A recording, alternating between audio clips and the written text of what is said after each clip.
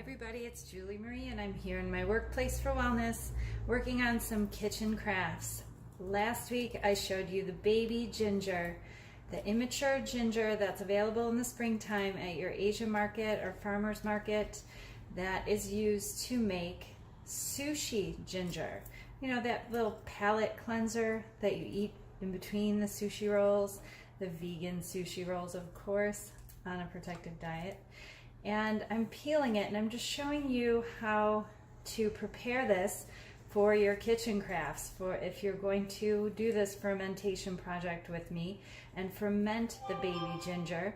You want to peel this and save these peelings for your tuber tonic lattes, of course.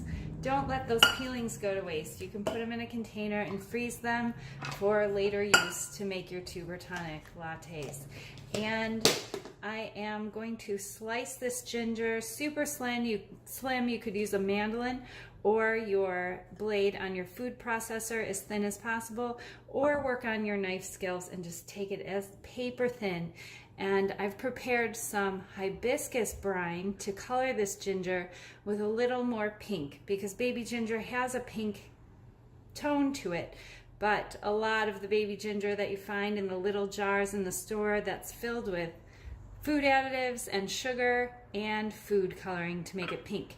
So instead we're using hibiscus flowers to color it naturally with anthocyanin protection. And I have sliced my ginger into these delicate little slices and into my fermentation jars.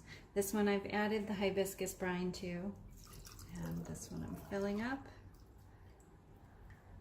Fully submerging the ginger into the brine, getting any air out, and adding a jar for my fermentation weight, and covering this up, marking it with today's date. And I'm going to put this up on my fermentation shelf, and our protective diet vegan plant-based sushi is going to be the best this summer with this fermented baby ginger.